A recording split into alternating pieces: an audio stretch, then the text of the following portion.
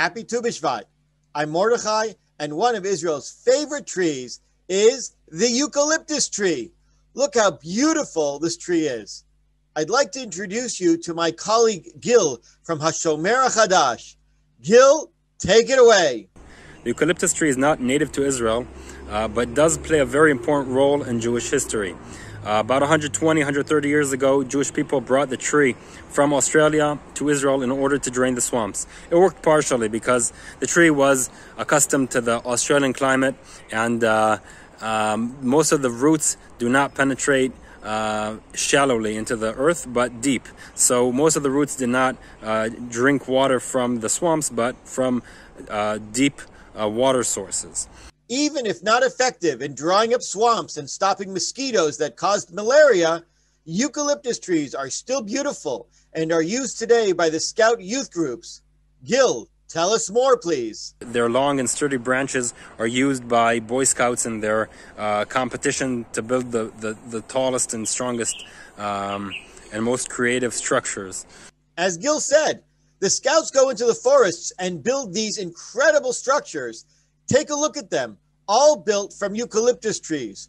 Wow, these Scouts know what they're doing. Not only do eucalyptus trees remind me of the Scouts youth group and the pioneers and their blood, sweat, tears, and toil to create a gorgeous country, but eucalyptus trees remind me of the famous song written by Naomi Shemer, who I like to call Israel's unofficial national poetess and songwriter. She writes, the eucalyptus grove, the bridge, the boat, and the smell of saltbush on the water. Let's hear the chorus of her famous song.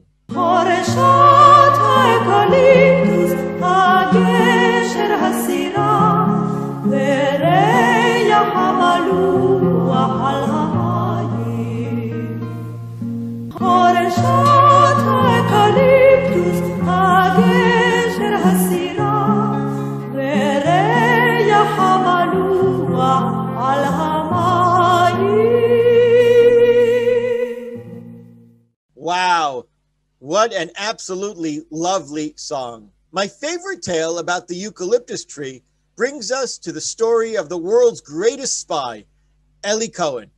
Israel sends Eli deep undercover and into Syria. There, under a false identity, Eli uncovers Syrian secrets and sends the top secret information to Israel.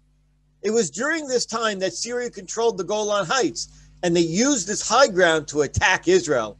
One day, super spy Eli Cohen gets to see the Syrian positions overlooking Israel on the Golan. The sun is hot, and Eli is schwitzing, sweating badly, and so are the Syrian soldiers in the bunkers. A light bulb goes off in Eli's brilliant mind as he has a bright idea. He suggests to the Syrians that they plant trees, specifically eucalyptus trees, near all the Syrian positions on the Golan, so the Syrians will have some shade from the hot sun. The suggestion is immediately adopted, and all the Syrian positions get eucalyptus trees planted right next to the bunkers.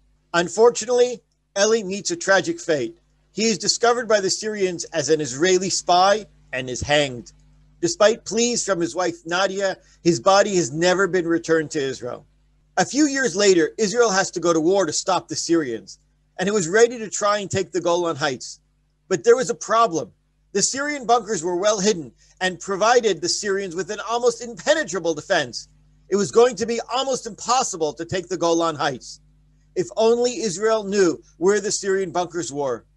Of course they knew. They remembered what super spy Eli Cohen had said. They looked for the eucalyptus trees and they found each one of the bunkers and stopped Syria.